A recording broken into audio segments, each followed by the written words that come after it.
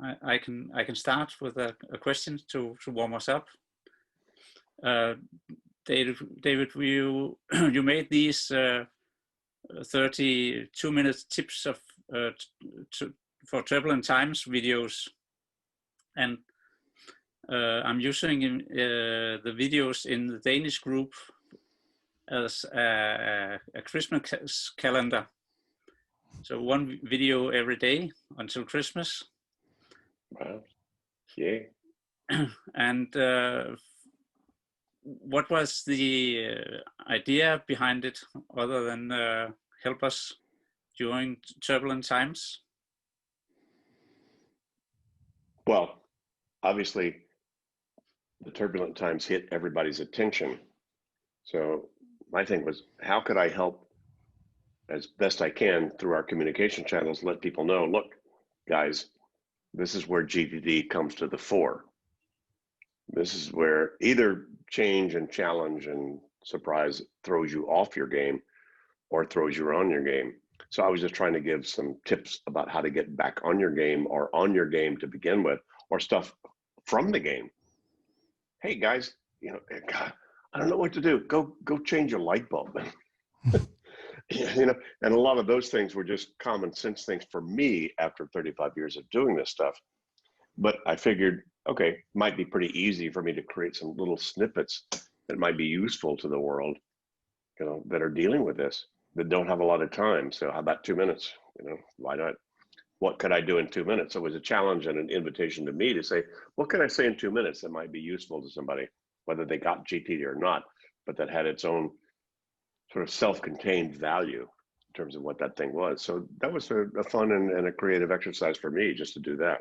So I didn't have a big strategy about that other than, that's a cool thing to do. Let me see how fast I could do that and see what happens. And it turned out pretty popular. So yeah. So thanks, Jan. So yeah, that's all it was. I didn't have a big strategy about it. It was just, how do I unload myself? It was much like Ready for Anything. If any of you've read Ready for Anything, they were just the random essays that I'd written, given the sort of subtext of stuff that I understood from the beginning about this work that I was uncovering. And I just put those things in there. Just actually, I'd created about 95 or 100 or 150 essays from the time we had a website to begin with. And so when Penguin came to me and said, gee, David, with the success of the Getting Things Done book, what's the next book? I said, there is no next book. I put it all in there. It's all there. I said, yeah, but you know, you got other cool stuff you could do. How do we leverage the success of that? So actually, Penguin hired, this is more stuff than you guys probably need to know, but just your own, I'm on the riff. Penguin hired a ghost editor for me to take all the essays I'd written in the web and try to come back with some sort of format about how could we frame all of those in some sort of a book. So he did a pretty good job of that, gave it back to me, and then I reframed it too. So in a way, it's the same kind of thing. It was like these random ad hoc ahas that I have about this methodology and being able to put them in some sort of format. Obviously, the pandemic sort of challenged me to put more of a focus on more of the specific practicalities of what this methodology is. But same sort of thing. It was fun. Very creative project for me. So yeah, thanks for the question. Thank you, David. And anyone else? I have a question. Yeah. That is Henrik. It's about the 2-minute rule. At least for me, when I get to work in the morning, I know I'm not as hard hit as many other people. I maybe have like 10, 15 emails in my inbox. And many of them I can kind of handle in, let's say, 5 minutes or 7 minutes. And it's things that I know I need to do them like within the next couple of hours anyway. So for me, and it's a hard balance for me, this thing about knowing whether it's okay to then do the 5-7 minute things and get on with it, or actually I should really stick to this 2-minute rule and say, okay, I create tasks for these things that I postpone, I do, and then I look at my list of things I need to do, and then I start engaging. So like something about flexibility around this 2-minute rule. some reflection on that. Are you asking me? Yeah, I'm asking. I guess most of you are wiser than me, so. Well, I'll give you my answer, and hopefully that will make it a lot easier for you. Called screw the rules. I mean, rules show up when your brains run out. Yeah. You know, so forget it. You know, when I was on plane trips a lot, I would handle things that took 35 minutes to deal because I was on a 9-minute plane flight to LA. What you're doing is you're making the choice between processing and doing. And that's okay. You know, you decide to take 5 or 10 minutes for something, that's fine. You just stopped processing. You just want to make sure that your doing is comfortable because you've looked at all the other stuff you could be doing or should be doing and say, no, that's the thing to do. So what you did was you just stopped the clarifying organizing process and moved into engaging. I do that all the time. Yeah. And come on, as long as you got no more than a 1 or 2 screenful of emails a day, come on, you're way ahead of the planet to begin with. So don't worry about it. No, but it's still, and then I think that the challenge for me is that then it sometimes keeps on coming, and then you kind of like you're stuck there. But I guess that what I've learned is I just need to pause my inbox and then get through it, and then look, if you figure, you know, that you're going to get to the end of that within 24 to 48 hours, screw it. Who cares? You know, do what you feel like doing. That's what I do. And sometimes it's just emergency scanning to see if there are any barns burning or fires to put out or cool, fun things I can do or spam to delete. I'm doing that while I'm waiting for the computer to reboot or to reboot a program. So I'm doing all kinds of different things that are not necessarily the priority. They're just a way to use the time that I'm doing that's productive in terms of what I'm doing. Yeah. So unless you have a backlog that's growing on you because you're not dealing with this stuff and it's mounting up this ambient anxiety in life, you're cool. Do what you feel like doing. Do the 2-minute stuff and do a 30-minute thing. You just go, hey, it's now time to do that. I've been doing that all day. You know, and I still got stuff in my in basket I haven't dealt with, but that's okay. I've probably about 16 things there now. So what? So you're on cruise control. Relax. You know, couldn't get much better than that as far as I'm concerned. Thank you.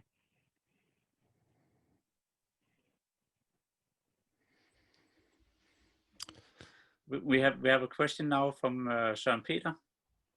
You can unmute yourself if. Yeah, thank you. Yeah, it's like you, David, you mentioned a lot of times the inspiration from martial art and karate and also spiritual practices. So I've been wondering if there's some of the concrete things from these practices that you see apply as a way of doing GTD that can be, or is it just the idea of having a clear mind, like that these practices teach you to have as a more this flavor of having this clear mind that is like the connection? Is there something, some of the methods of, I didn't practice martial arts, but I do other stuff, so that can be, that's something that maybe supplement GTD. I'm not, yeah, if that makes any sense. Sure. Yeah, no kidding. Hey, you know, when I got kicked in my private parts studying karate, the thing to do was stop and sit down and focus on your breathing so you get past the pain. So, you know, mindfulness, people were teaching that. Now I learned that 35 years ago when they kicked me into my private parts, and that would really, really hurt. Right. So focusing on your breathing is a great way to get present. But you can focus on your breathing, but still need cat food. And so, you know, there's levels of clarity you want to get to. So if you're trying to sit down and do sophisticated, subtle meditation, so you quiet your world so you can listen to your inner worlds and other things that might show up there, then you might need to handle the cat food thing and not have to force yourself to train yourself to not think about cat food when it pops into your mind. Why don't you get a friggin' Post-it, write it on the fridge so somebody gets cat food when they need to. Right? I'm just too lazy to do any of that. train your mind to not focus on things, other Yeah, than like that's whatever you want also, to. It's like, come on, grow up. Why don't you just write a post-it on the fridge?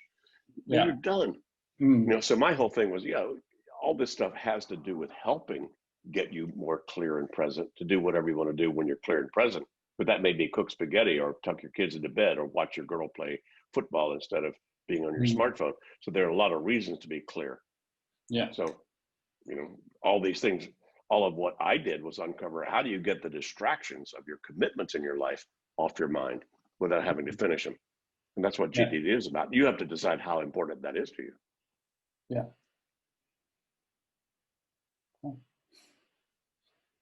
I didn't mean to take the stage here, guys, but you asked, so I go, okay. You poke me, I can't stop, I'm sorry, Lars, or Jens, No. You guys can take over however you want, in terms of the conversation. No. Yeah. Not at all. No, that's great. That's great. Any more questions from the group? Sure, there's one from Jonas, I see. I don't know if you want to unmute, Jonas. Oh yeah. So I have this issue, and I know that Lars also once discussed it in his podcast, that I never get to look at my next actions because my schedule is too full, basically. So during the week, so I end up the things that are really important to do during the week. When I do my weekly review, I have to schedule them because I know I never have the time to actually look at my next actions, and that kind of sort of defeats the purpose of GTD as I see it. And it's partly because my paid work, which I do, roughly 8 hours a day, is I don't really use GTD for that because I'm just a software developer. I just use the job to pay the bills, and I don't have any managing role or anything like that yet. I'm hoping it may come someday. So maybe a few items is related to paid work. The rest is for my spare time, and which there is hardly any because I have small kids and whatnot. So I just never really. That's my basic problem, and I really don't know what to do about it, except of course Lars and your Norwegian counterpart, what's his name? Morten, you came to the conclusion that I'm overcommitted, which is probably true. But it's just I want to do this other stuff. I want to become an entrepreneur. I want to become whatever, right? And I only have my spare time to do that, of which I have too little. So, any tips on that? That I never get to look at my next actions. I always have to schedule them. My basic, simple answer to that is no. I have no idea. But I don't want to be facetious about that. It comes back to, come on, Jonas, where are you going? How important is that? And if it is, what would you need to do next about that? Sounds like you have a kind of a fuzzy vision about what you'd like to be doing. But if I said, okay, you got nothing else to do but move the needle on that thing, what's your next action? Do you have one? That's a very good question.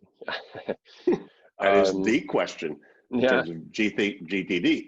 You may have defined a little bit about what done means, called, wow, I've got that kind of career, that kind of job, but you haven't defined what doing looks like and where it happens. So you haven't finished your thinking about it, so it'll nag you at 2 o'clock in the morning. Yeah. Do you have a next action?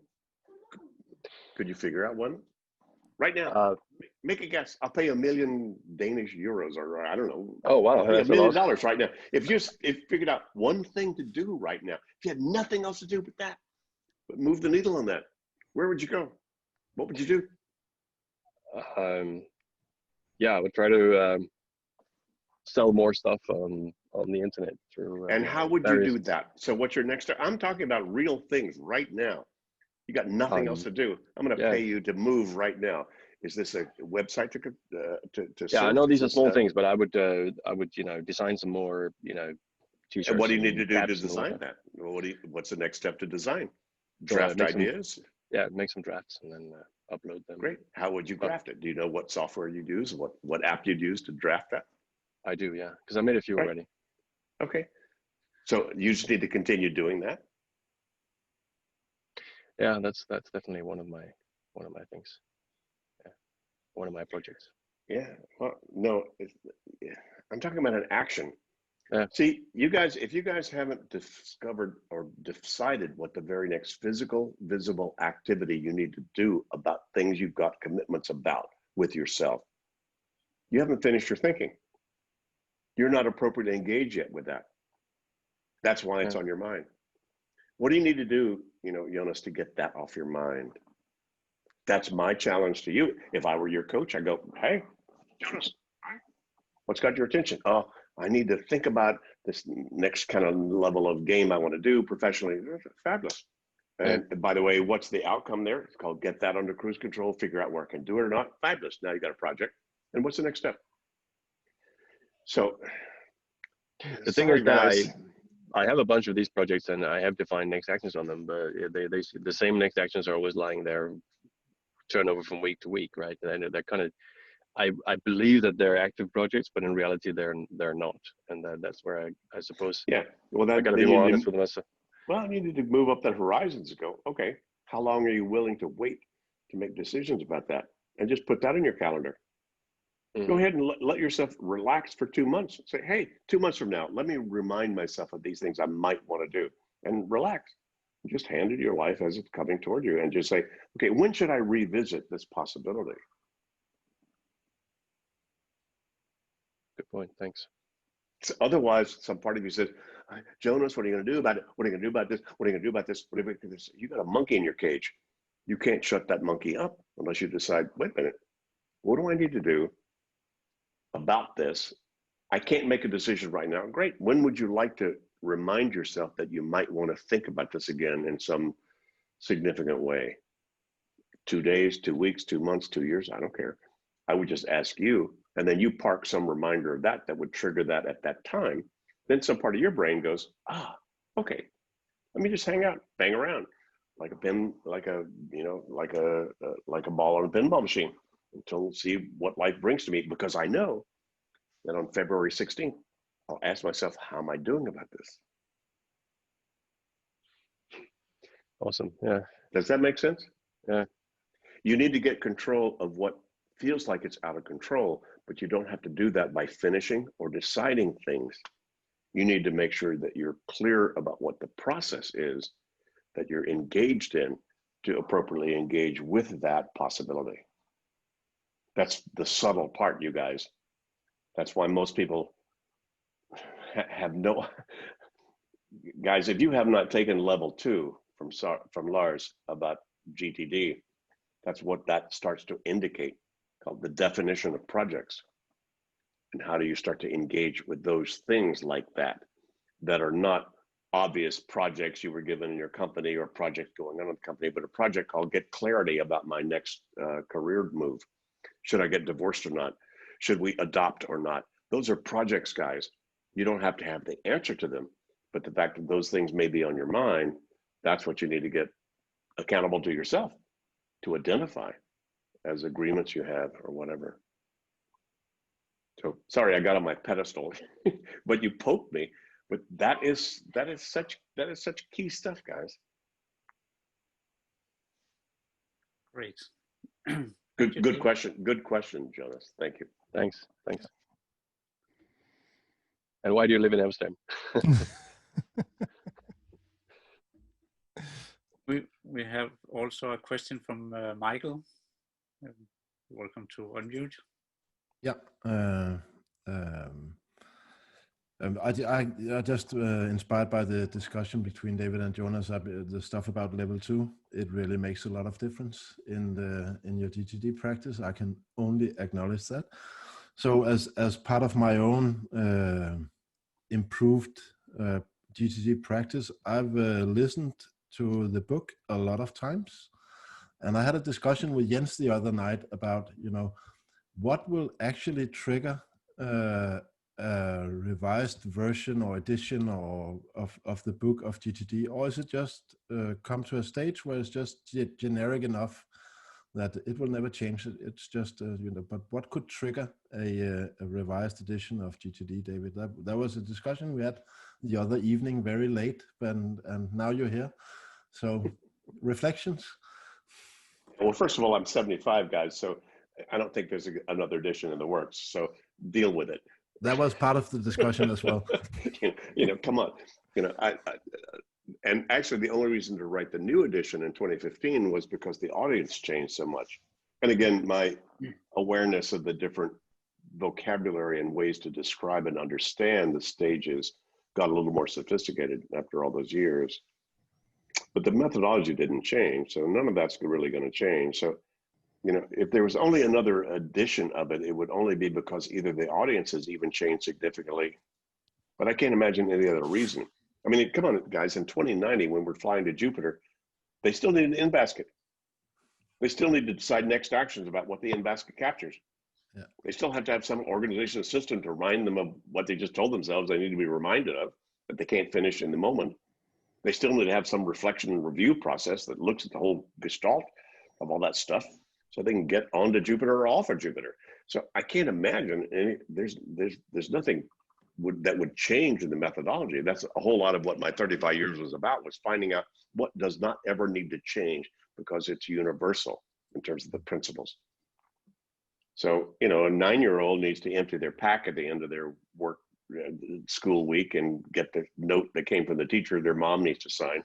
The CEO needs to empty their briefcase after their board meeting and take the notes they took and the business cards they collected and deal with them. This is universal stuff. So I can't imagine anything would change about this that would change how I either described it or whatever. But again, who knows? Maybe there would be, but I couldn't quite imagine that. Again, have you read Ready for Anything? Yeah, sure. Well, that's where a lot of the subtlety is of this, but that's not a defined methodology that I can see. All those were sort of working hypotheses for me. And a lot of my life is working. Look, until I get better data, here's kind of what I think I'm about and what we're doing. But GTD is not that. GTD was like, this works. This is what works, no matter where you are, who you are, no matter what you're doing. If you want more clarity and space in your head, you need to capture what's got your attention, clarify what it means, organize it in some trusted place that you review and reflect on appropriately so you make trusted choices. I just got it down to as simple as I could get it in terms of how we get things under, more stable and under control and focused. So if somebody comes up with something better or faster than that or more obvious than that, I go, great, just show me and I'll teach it the next thing I do.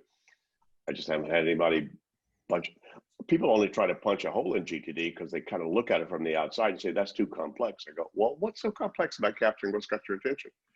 What's too structured about deciding what you're going to do about it? What's too structured about creating some reminder in some place you trust? What's too structured about looking at those lists and know what you need to do when you need to do it?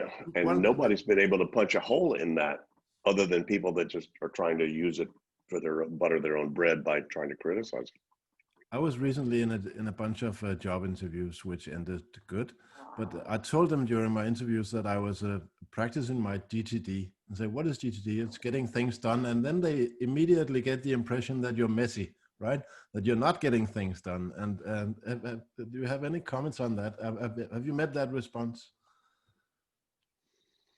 I've heard it once or twice.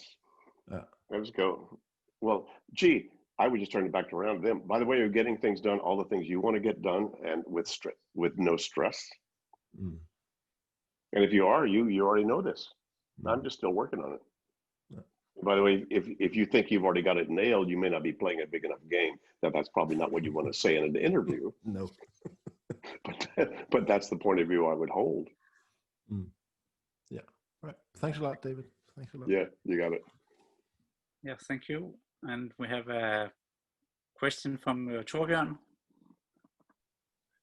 Yes, I started practicing GTD almost a year ago now, and I'm halfway through my 2-year period of practicing, and I just keep getting new ideas, and I keep discovering new stuff I have to clarify and engage with, and I'm having a feeling that that things are just growing all the time, and I was wondering if some of you have the same experiences, and how long did it take you to like have the feeling of now I'm in control and I have captured almost everything in my life? I'm going to bounce that to Lars. Answer that, Lars. Well, it really, I don't know, I'm in control, but I'm thrown out of control on a regular basis, I would probably say. So, yeah, of course, I would say that you would get to a stage where it feels more stable than initially. There is a transition period or a time to get up and running with GTD, but how long that takes for a person is really, yeah, from my experience, very individual. How long does it take for them to feel that they are on cruise control? Yeah, it was more like how long did it take you guys and also the other participants? Do you have any inputs on your own time frame? I'm not asking for like a general time frame, just for experiences from you guys.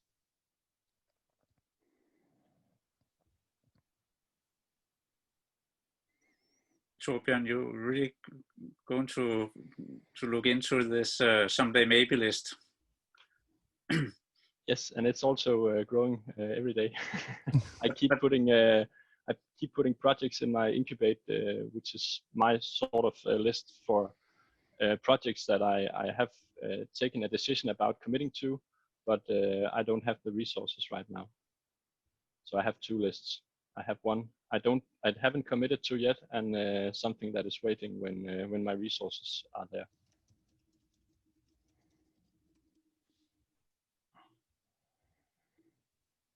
Lars, can you talk a little bit about committed to? Committed Because to. I think that's maybe a keyword here. Yeah, well, I've maybe to turn it around, saying, well, what would you want to see on those lists? Because the way that it showed up, at least from in my life, was with this very old summer house that we have. And that list, I've shown it to several of you, those who have participated in the seminars. I'm happy to demonstrate how long that list can certainly become. And it's, in the end, it didn't really continue to grow, but I was more aware of what was on that list, more, changed how I would engage with that list.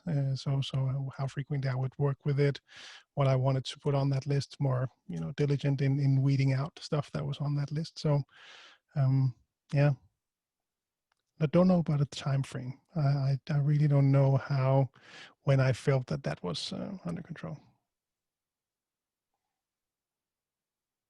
And maybe I can share that from my point of view, the professional part, I think that it's been a bit over a year, and I actually now, and maybe especially after the level 2 course, feel that I'm to a great extent in control of the professional part of my life. And then I guess that I give myself a reward that when I have my private part, or not private parts, but my private part of the system under control, then I'm going to give myself an Apple Watch.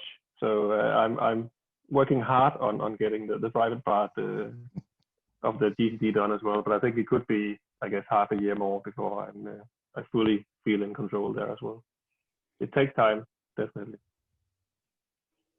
I think if I may come in here, I think that once you manage to get around your GTD system during your review, you will actually get into that state of emotion where you feel, okay, I got some free space now. For my part, I only got that feeling that Torbjørn is talking about once I really became like very almost fascist about doing my weekly review every Friday or Saturday morning. And then I get this feeling of, hey, I have some free space, and I certainly also removed some stuff during those reviews because they were, for one reason or the other, they were not relevant anymore. By the way, Michael, I just came up with the phrase in an interview or podcast I did 2 or 3 days ago. The weekly review is cognitive shower. Yeah, yeah, it is. It's not just static review of static things. It actually is a very creative process, but it's like taking a shower, and you all know you get good ideas when you take showers, and it's the same thing, but it's a cognitive shower. How do I clean up So that then it gives me the space to have those kind of whatever I want to do with that space. Yeah, cool. Thank you.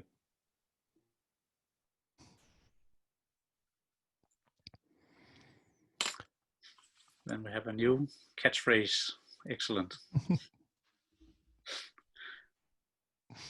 Is there a Danish version of cognitive shower? How would you say that? Yeah, that's a good question. I'll have to open that to the floor. It's not What would it mentalt. be in Mentalt. Danish? Well, et mentalt brusebad. Yeah. Yeah, I guess that's a good one. Yeah. I like Oh, Michael's hjernevask. hjernevask. Yeah. Hjernevask. Nice. That was brainwashing, David. Brainwash. Yeah, good one. So, and Peter, you had an additional question as well, or was that related to? Okay. Question, maybe towards was it Torbjørn? Okay. Like kind of a follow-up or answer to it. Like, what would you need to do, Torbjørn, to get the missing resources you're talking about? Yeah, it's not about that I'm not accepting my missing resources, because I have a big house right now, and I have 2 small children, and the oldest one is just 4.5 years old, and the little one turns 2 in a couple of months, and I have a full-time job right now. So a lot of my daily commitments are in the higher horizons of my responsibilities regarding my house and also, of course, my work. So it's not that I'm not accepting it. I'm just curious about your guys' experience with this implementation and transition phase, where you there's a whole new world opening up for you about things you could do and things you need to process, and then the tasks they will increase and increase until you have looked everywhere. I was just curious about some reflections about getting to the top of this and then look out at your whole landscape, and how does that feel? But I guess the landscape is constantly changing. Yeah, it is. But like, I have just agreed to reduce my hourly work for next year at my work, and that's like one way I've been trying to get resources to do more creative stuff besides my office work.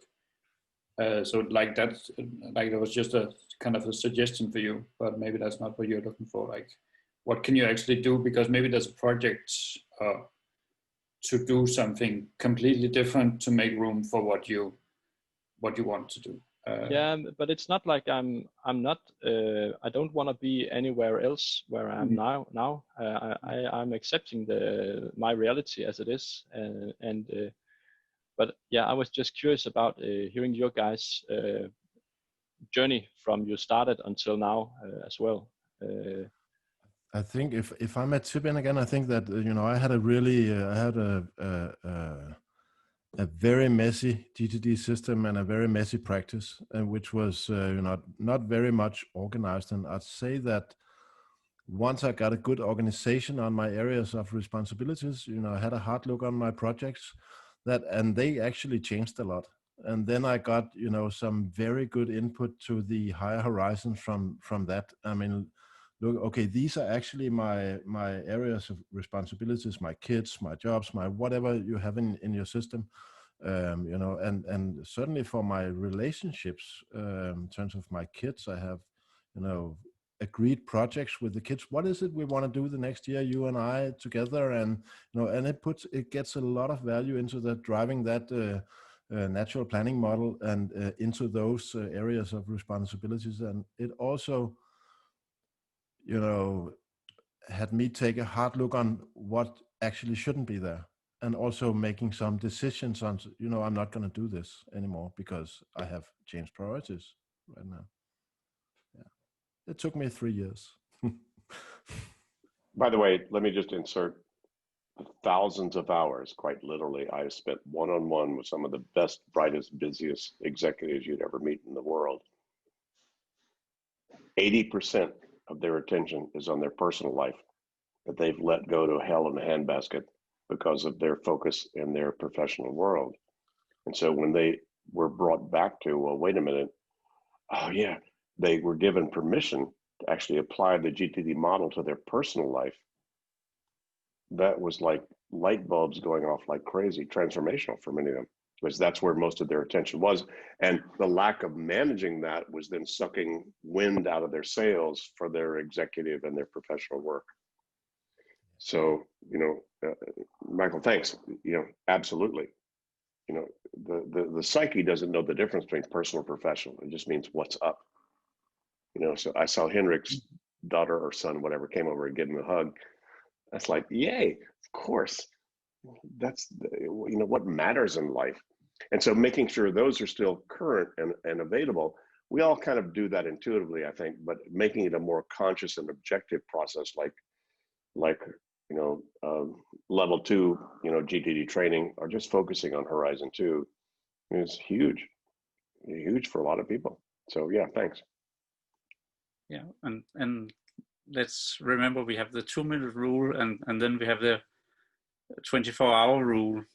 That especially when you have kids, you still think you can manage life as without kids, and then you have kids put on top of it, and a career and all that, and it gets better when the kids are older. It get easier, but when the kids are small and you're trying to do everything, it's very, very difficult. So hopefully it's time to focus after this. So just one comment, Jens, that we had from our level 2 training, since a lot of this is about level 2 training and areas of responsibilities. One of the favorite quotes that I remember from our training that I did together with Henrik as well was when Morten, the naval officer, said that, a plan only holds until the first meeting with the enemy, right? And then you need to be able to change it, right? And that's actually what you get from GTD, that ability to change your priorities, change your plan, because once it hits reality, something's got to change anyway, right? And it goes in warfare as in real life. Yeah, just a comment. Any other questions coming up?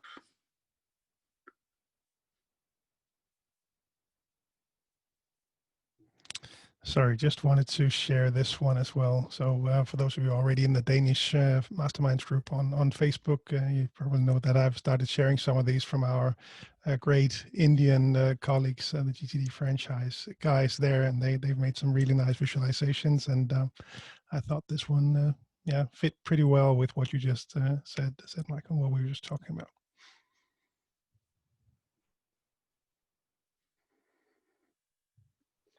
To that end too, Lars, let me add, a lot of what GTD is about is being able to create situational awareness, which the military, at least in the US, is training now, even junior officers. Look, if your helicopter is suddenly shot down and you're in the middle of whatever, and CNN shows up with a microphone, do you know what to say? Right. So you better have your ability to range around a multitude of horizons and capabilities and so forth, and make sense out of a larger context of things fast. So, the military has some great models for all that, but I would agree that's very much that way.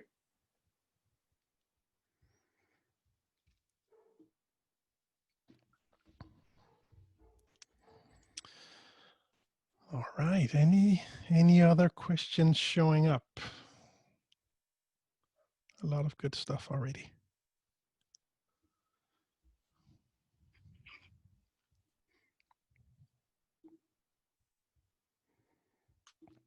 Or have we managed to empty out all the questions?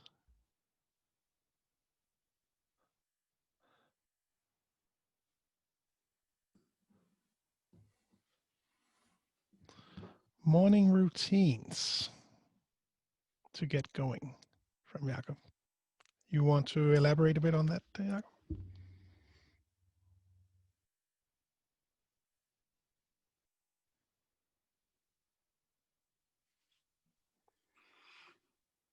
I'll give you a quickie, by the way. My morning routine starts the night before. I just look at how late can I sleep.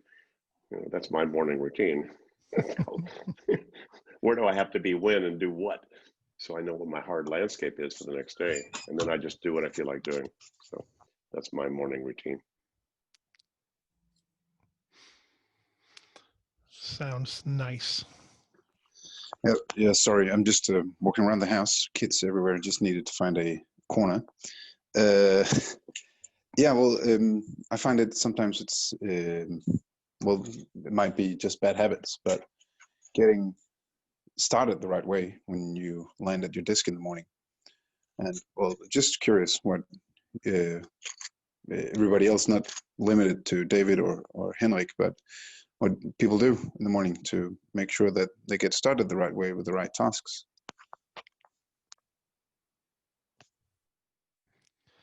To start us off, at least I can, you know, from a very practical level, I would, I have a series of 8 applications that I open in the morning. Just counted them now: list manager, browsers, calendar, various digital inboxes that just are opened, and then I figure out how I want to start the day. Really try to make that as a conscious decision. What would be the right way for me to start the day? Obviously, the calendar will be a guideline in that. If I have a meeting in 5 minutes, that's probably where I'm heading. But other than that, I really try to make it a you know, a conscious decision of what I want to start off with: emptying inboxes, working for my lists, getting an overview of what's going on in, yeah, social media, news, all that stuff. And to add a little to that, if you feel your morning is going the wrong way, then inspired by Daniel Pink, that's written this book, When, try to just restart and then got on the right track. Never underestimate go back to bed and start over instead. Well, I'll challenge all of you, go back to your weekly review, because you do not have time to think. You need to have already thought. So the weekly review is the practice that we teach and instruct about that allows you to sort of hardwire your intuitive intelligence. So when you don't have time to think, you can trust your intuitive choices about what to do. So I only trust that I do what I feel like doing simply because, you know, in the last few days, at some point I sat down and looked at the whole game. But I'm not looking at the whole game every hour, every day. Come on, we don't have time. But at least once a week, you better back off and move up to forest management instead of tree hugging. And that then makes that much easier to make those intuitive, quick decisions that would require real thinking if you haven't done the real thinking yet. But if you haven't done it, you're just going to be driven by latest and loudest. So you want to move from latest and loudest to trusted choices. I've never seen an answer to that other than a good weekly review. Sorry, guys. Don't shoot the messenger.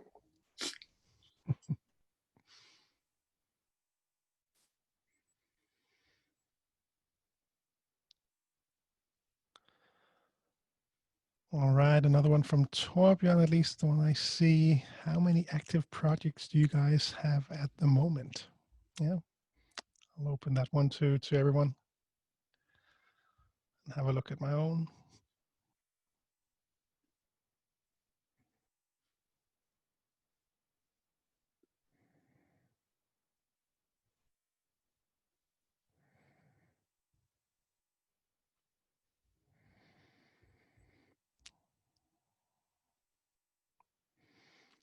$30-something plus seminars plus whatever's in the CRM.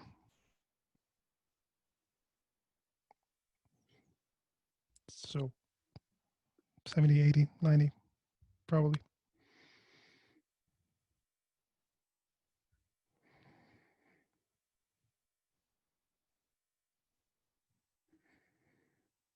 How many do you have, David? Oh, you're on mute. Actually, yeah, no, I just looked at my list. I've got 11. One of them is immigrate, another one's moved to the new apartment. Each one of those has got a ton of sub projects inside of them. So you know, and I, you know, have a few others there that have some sub projects to them. So again, guys, I'm 75. You know, when I was 62, I had, you know, 82 or 38 or 92. So, but these are big ones relative to my life right now. So no right or wrong about how many you have, but that's how many I have. Hmm. And we used to say that 30 to 100 was a normal number, right? Is that still the range? Yeah. Given what I've seen in people that I've still been able to sort of get into their systems about, that's pretty standard. 93-ish from from Stefan. I like that. At one point, I coached the chief technology officer for Goldman Sachs. He had 140. So you know, he had a big job about learning to delegate. So, but you know, they can range, and no right or wrong. Just that's how many you got. I had one guy in the level 1 fundamental seminar, and he was already a GTDer and joined because he wanted to attend the level 2 seminar. He had 244, and that was his number. That was the right thing for him. Well, as you probably know, Lars, you know, if he really thought about it, a lot of those could be consolidated into, you know, some bigger things to Yes. look at, you know, like 45 or 38 instead of 120, 220. No doubt. So, yeah. I saw one question fly by as well from Dan. I don't know, Dan, if you want to unmute while people are counting.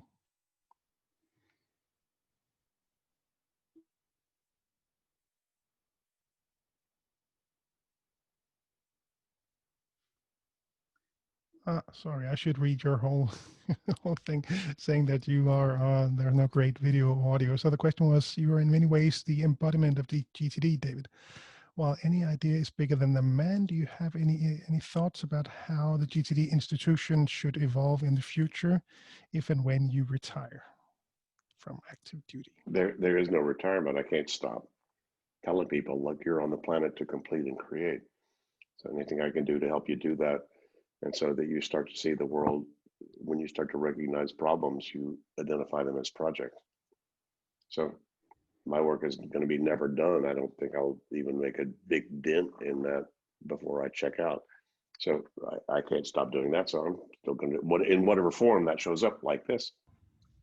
Happy to do this, share this information, because it's great stuff for anybody who implements any of this. So thank you, all of you, by the way, if I don't get a chance to say that, for your willingness to engage with this work and share it with anybody around you, because it does nothing but improve their condition, allow them more freedom, more space, more room to think about the more meaningful things in their life, and to do it with elegance.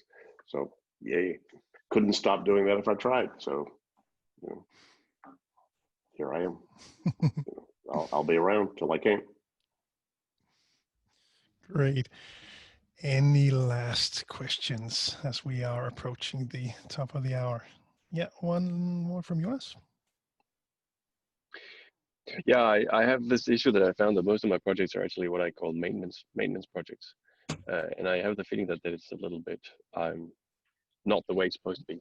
So like they don't have a definition of done because they're like you know, finances or household or day-to-day logistics or, you know, event spare time, stuff like that. That doesn't have, you know, it's not like, okay, I start here to achieve a certain goal, but it's just stuff that, you know, that I have to manage every day, every week, as overhead, if you know what I mean.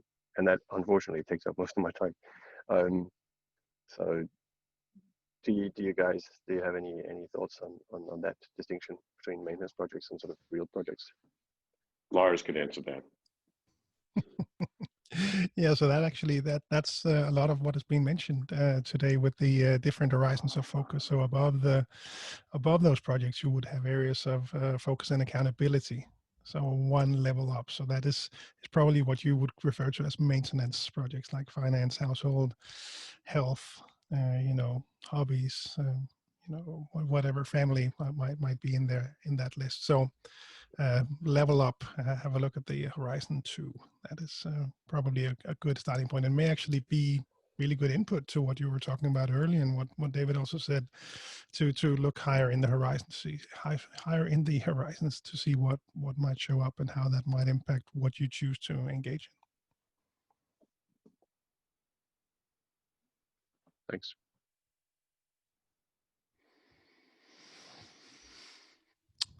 All right, final gents. Any last questions before we let David go?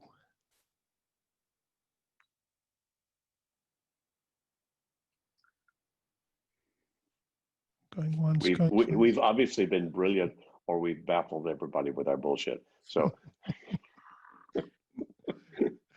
delighted to hang with you guys. So I'll check out yours. You can do any kind of closing you want, but thank you guys.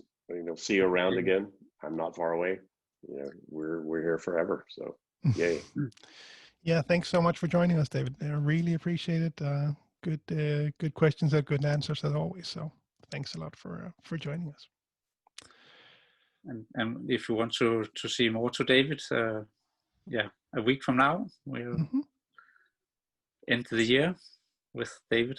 So and a lot of you have already signed up, so that's great. We're still missing a few to have more signed up from Denmark than Norway, but yeah, come on.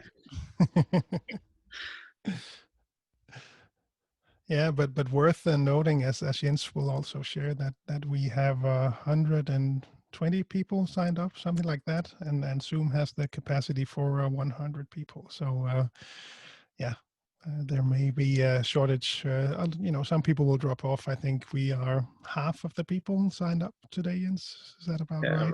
Around that. So there will be there will likely be room for everyone, but make sure to be there on time, or maybe a bit early if you want to be sure to join next week. Should we transition to the what was usually or previously the first part, which became the the second part? Yeah. So always fun to to follow David and take it down a notch from these some of the kind of bigger picture things, and zoom back in on step number 5, which is the topic of this was the original topic of this this meetup. We've talked about the first 4 steps, and now we want to talk a bit more about the engage step. So I quickly rearranged, so we now have the 5 steps Q&A that we can mark as done, and move on to the deep dive of the engage step.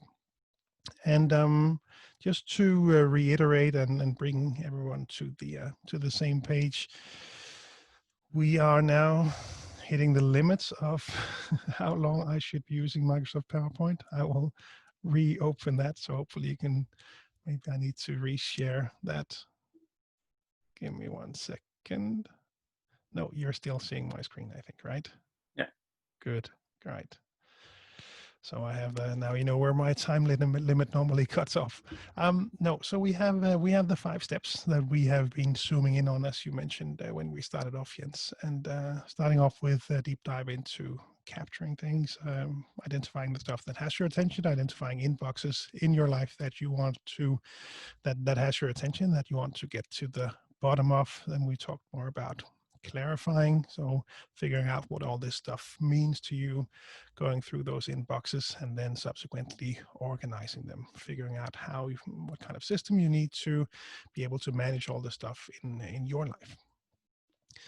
Then we talked about reflecting a bit more last time, and you can reflect on any level of the horizons of focus, but we mostly, as a starting point, focus on the weekly review to see how make sure that that works really well for you. And as you just heard David mention now as well, this really is a critical activity as a GTDer, but also really to tweak it and make it your own. That's really, really valuable and an important part of the GTD process. And lastly, today was now to talk about engaging. So we've spent a lot of time capturing all these things, figuring out what they mean. We've set up the lists, we've reflected on them. And now it's time to actually start to do some of these things as well.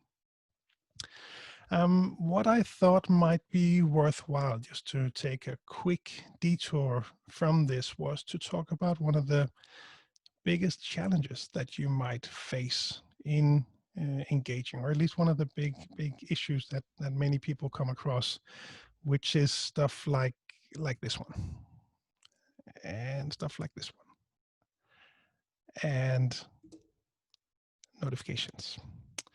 Because one of the things that we've started to add, and I apologize for my limited time for tweaking all the graphics to make it look more more native, but a lot of people really struggle with these notifications and fail to reflect and see how much this might impact their own productivity. So before moving into the engage step, I thought it might be fun to see with you guys, what does this actually look like for you? So what I thought we might just do now was to figure out how many times you open your phone on a daily basis and how many notifications you get. And how you do that, I know on my iPhone, I can go to settings, screen time, show all activities, and scroll down.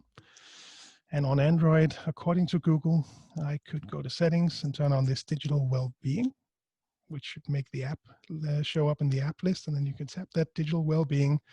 And then under those tools, you can tap show your data. So I was hoping just for if you want to play along, if you want to go in and check your phone now and see what this looks like. What are your numbers? And I'll do this myself while we are on the call just to see what my numbers are compared to yours. And maybe this will trigger some things for some of you. Opens way too many notifications, almost none. All right. I'll go to my own as well.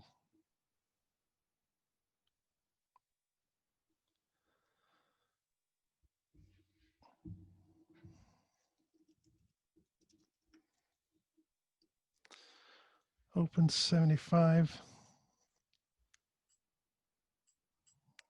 Notifications 54 daily averages.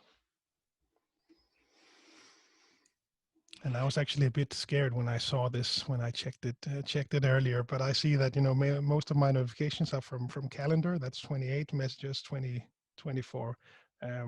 Maps is also high on that list. So I think there may be, may not give a completely accurate picture of this, but it's, yeah. Curious to see your numbers. 72 opens, yeah. 132 opens out the phone. 108.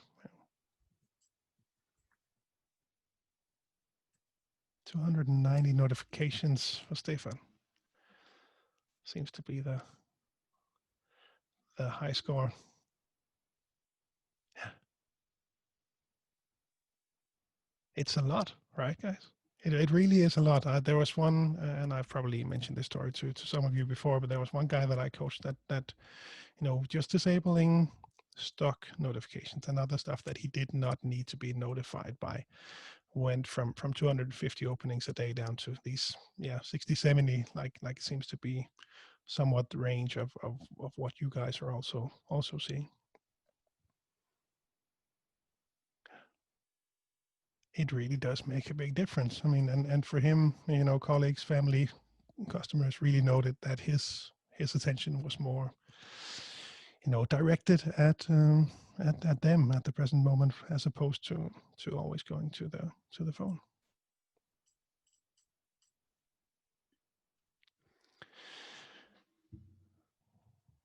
Does that then trigger any actions in your life?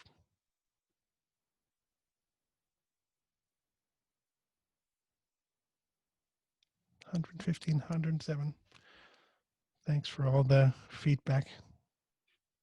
It's very interesting for me to see these numbers, because it really, it is a lot. And of course, these can be good things. This can be part of your job. It might be that this is the right number, the right thing that you're doing. And 112 from emails, Stefan. We need to talk. 58 from Anastina. Yeah.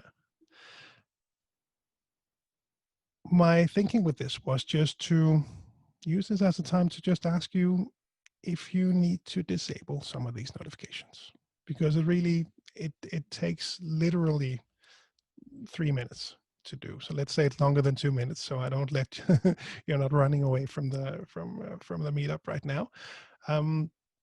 But really consider what grabs your attention. And as Morten in Norway would say, disable all the stuff, but still leave those on so you can keep your job and your social life. But consider what actually grabs your attention. And so Stefan, you mentioned emails. I'm guessing that's probably work emails, and that's the next question for you guys, just to consider whether you need to discuss the communications culture and standards in your workplace, because that is often a topic that comes up when we start talking about notifications. How you use email. Is email, or is it e-post, or is it a chat tool, or what is actually what are the requirements for your ability to stay on top of emails? And a lot of places it really just has grown to become more of a chat, more of a tool that people have to stay on top of. Right now, I'm hopefully going to work with a company to help them establish these communication standards, to see, what are the expectations for the employees. Are they expected to have notifications available? How frequently should they check this inbox? Should notifications be on in different times of day, things like that. So I just wanted, before we go into the engage step, to just trigger these, mention these questions to you guys and see if they might trigger something.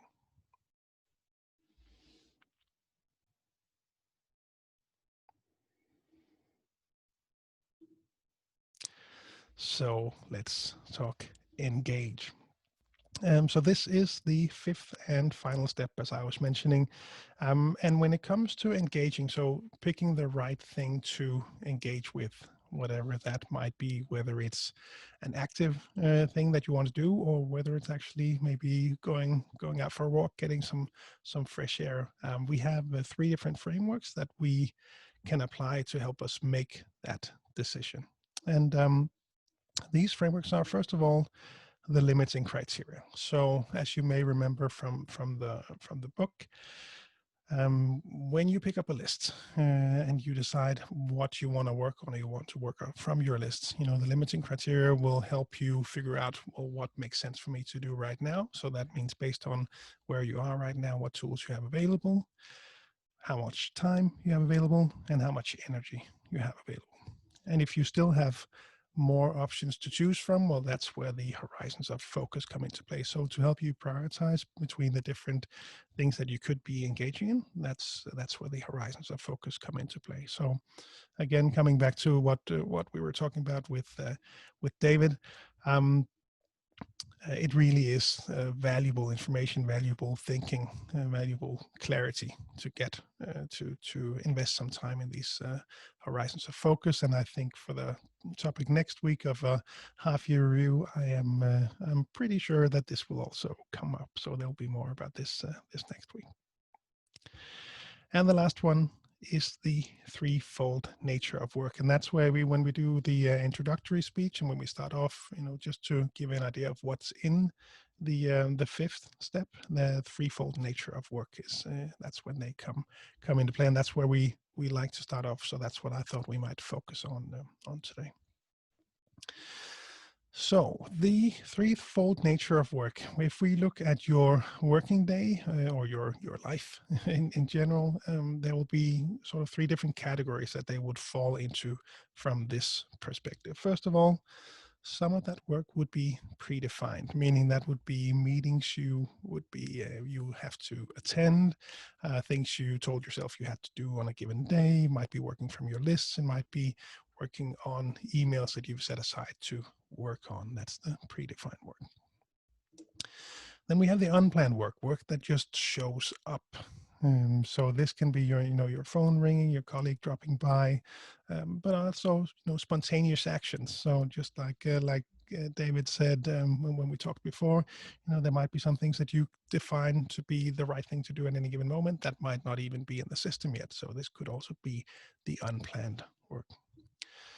And the last one is the activity of defining work, meaning clarifying and organizing your inboxes. So handling the stuff that has come in, getting your email to zero, getting your physical inbox to zero, whatever it might be. Those are the three different types of work.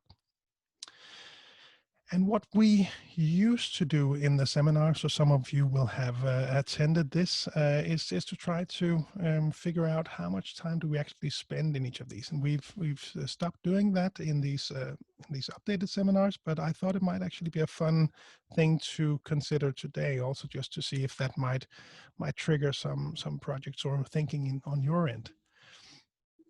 So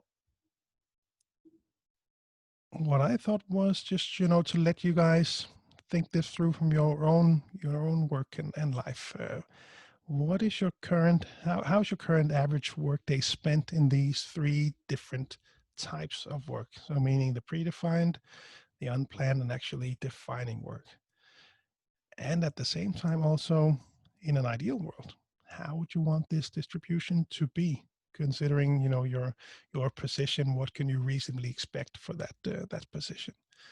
So just take a second to reflect and don't don't overthink this. Just a rough estimate on how you spend your day, current average and ideal world. Let us know in the chat. What do you come up with?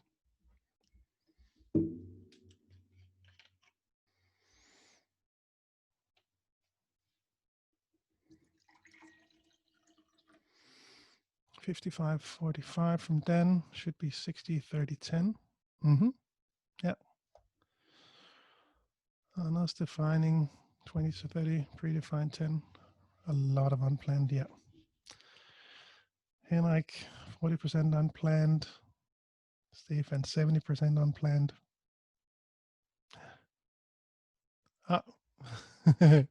Yeah, good question. Do we? I think we have from Sweden and Norway as well, St. Peter. So I think we will keep it in English for now. But good that you raised the question, because that has happened before as well. My width 38% unplanned. Jonas about 40, yeah, 50%. I'm just reading this because in the audio or the recorded version, the chat does not show up. So, and then the ideal 70, 20, 10 from Henrik. Yeah. So quickly running through this, I'm seeing from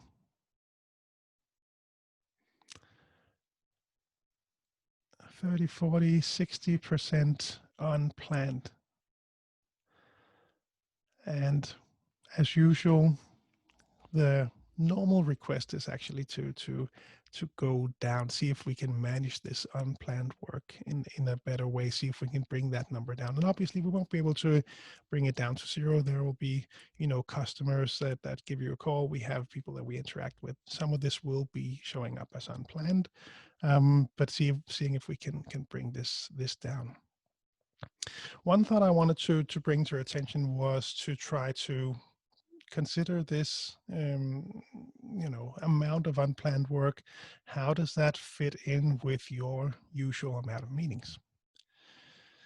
So let's say you had 50%, so half a day, maybe 3.5 hours, 4 hours is unplanned in your life.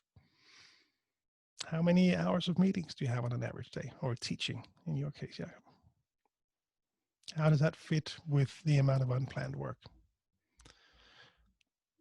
Do you have enough room to do your planned work, considering that we also estimate that defining work will probably take between 30 and 90 minutes of your day? So starting off by carving out, let's say, an hour for handling all of the stuff that shows up in your life. Then 3-4 hours of unplanned work, maybe a couple of hours of meetings, or maybe not. It really depends on the person that we talk to, how much unplanned work there is. But really think this, see this when you when you review your calendar, see how much time you have, how much time can you actually expect to get actual, work from your list, and bring this number down. Keep that in mind, and make sure that you have enough room in your calendar for handling these. And if you answer differently in the two questions, which most people will do, I think Torbjørn, you were probably the one that deviated the least between the two, at least that I could track in the chat. Most people will answer differently, and if you have a different number, what do you actually need to do to make that happen? How do you actually transition towards the right distribution for you between those three different types of work? And lastly, also, what can you do to bring down the amount of unplanned work? What can you do to bring that number down? Because often there is a pattern. Like I said, we won't bring it down to zero. At least I've never seen that.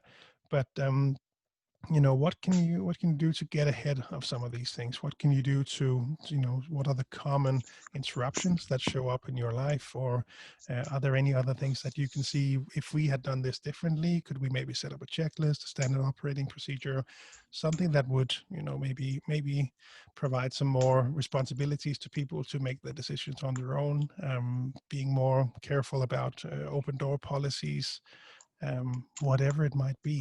What can you do to actually bring down the amount of unplanned work? And perhaps, is that also a project in your world? Stefan just goes to bed with no phone. That's that is one strategy for sure.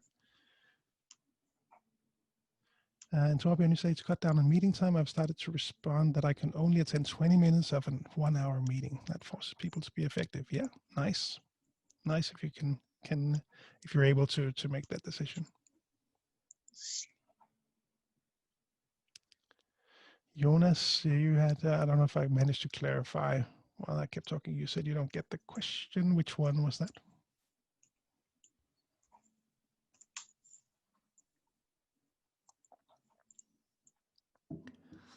Or maybe it was clarified already. It's too late. Okay. We'll see if we can schedule them a bit earlier. No, but my thinking of this was I would hope that this would trigger again some thoughts, maybe some projects in your world, to see how we can better align these with your expectations as well. Let's try to cut down my open door office. Open door policy would be a game changer. Yeah. And Torbjørn, I'm still prone to all the cool rabbit holes emerging right in front of me during the day. That's my biggest challenge. Yeah. And that comes back to one of my tips as well for today. One last note on this distribution of work. If you feel that it's actually pretty much okay, like you, Torbjørn, you weren't, wasn't that big of a difference, but you still feel you aren't getting enough done. If that's the case, maybe take a step back and maybe rethink or realign your own expectations as to what you can expect to achieve in a given day. So when you have the perspective of these three different types of work, it can really be a challenge to people tend to overestimate how much work they can actually get done from their list, but often taking this perspective on how much they should expect to be doing from their list, this can sometimes be an eye-opener. And this one was the one that I was thinking about when it came to you, Torbjørn. These rabbit holes can show up, but really try to be, one thing that really helped me, and I know has helped others as well, was to be much more aware of these three different types of work. So let's say you sit down, you have 2 hours until your next meeting. What's the right thing for me to do? Is it to do predefined work, meaning maybe working from my lists? Could it be, unplanned work, something has shown up in my life that is not reflected in my system right now, or actually, come to think of it, I'm pretty tired and need some fresh air? Well, maybe it's actually to go for a walk, be more conscious about this choice. That's really helped me a lot and try to avoid some of the rabbit holes. I haven't managed to plug all the rabbit holes, but certainly gotten better when taking this perspective. So sorry, one of you's not on mute. I don't know, Jens, if you can see from the Look like Jacob, are you able to unmute? There we go. Yeah, excellent.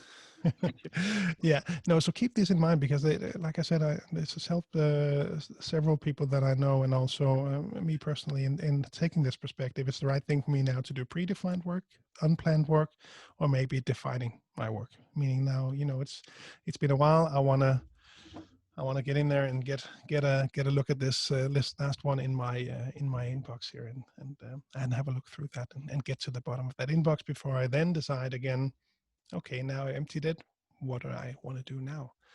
So for me, at least, it was a really interesting perspective. I hope and think it might be for some of you as well. And also, great, Torbjørn, happy to hear that. And then really, it's such an obvious thing, and it is, I'm sure, for all of you guys, but really, when you do plan to work, then be sure to actually use your lists. I have come across several people that spend a lot of time capturing, clarifying, organizing, even reflecting, but engaging. That's when they would fall back on simply, trusting their brain, and maybe, screw all the rules, like David said before. And sometimes surely that's right, but really keeping these lists in front and center when you want to choose what to do. It's so interesting to me that, and then I've probably done it myself as well, but that we sometimes will tend to fall back to maybe to old habits. And the other side of that coin is, if you're not, and it's actually a semi-conscious choice, that you don't feel like working from those lists, really think why that is the case. Are the lists not complete? Are they not the right list? Do you actually need to do a quick review, weekly review maybe, to go through the whole thing and know what's on that list and feel confident about what's the right thing to work on? There are so many things that can show up from this, and it can be, like I said, any number of different things, reasons why those lists may not be attractive to you. But really, try to see if you can spot yourself not being attracted to these lists. We've spoken about that before from the organizing perspective, but it could be that they're incomplete, could be that you haven't done a review, whatever it might be. Maybe I need to, this list, computer things has 50 different things on it. That's way too much for me. I need to subdivide it. I need to come up with some new lists. Cool. Then maybe that's the right thing for you to do. So keep that in mind as well as you go through this engaged.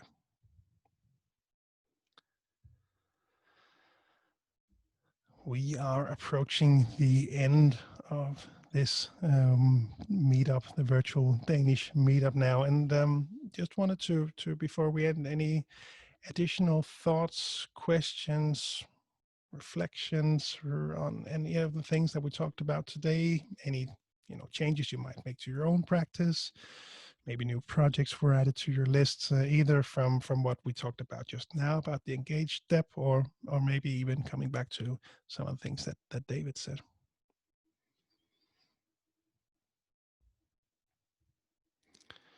Feel free to unmute or write in the chat.